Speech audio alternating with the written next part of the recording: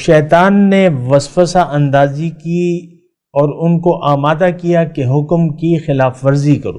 تو اللہ کے حکم کی خلاف ورزی، چاہے جو بھی حکم ہو اللہ تعالیٰ کا، اللہ تعالیٰ کے تو بہت احکامات ہیں ہمارے لیے، اور آپ کو اور مجھے معلوم ہے کہ ہم تو یہ قوم، یہ امت، یہ افراد اللہ کے حکم کے مطابق زندگی نہیں گزار رہے. ہم تو زندگی ٹوٹلی اپنی مرضی سے گزار رہے ہیں، اور جو دین ہم نے اپنایا ہے وہ ہماری دراصل خواہشات، وہ ہماری روایات ہیں. ماں باپ نے ہمیں نمازیں پڑھنے پہ لگا دیا تو ہم بنا کسی سوچے سمجھے نمازیں پڑھ رہے ہیں، روزے رکھ رہے ہیں، سحریاں کر رہے ہیں، افطاریاں کر رہے ہیں، حج پہ جا رہے ہیں، پیسے دے رہے ہیں، زکاتیں دے رہے ہیں، اور تو کوئی ہمارے سامنے کوئی مقصد نہیں ہے دین اسلام. اللہ نہ ہماری منزل ہے نہ ہم بنانا چاہتے ہیں. یہ بہت خطرناک بات میں کہہ رہا ہوں، بہت بڑا، اگر یہ بہت بڑی بات ہے، الزام تو نہیں ہے، یہ تو حقیقت ہے.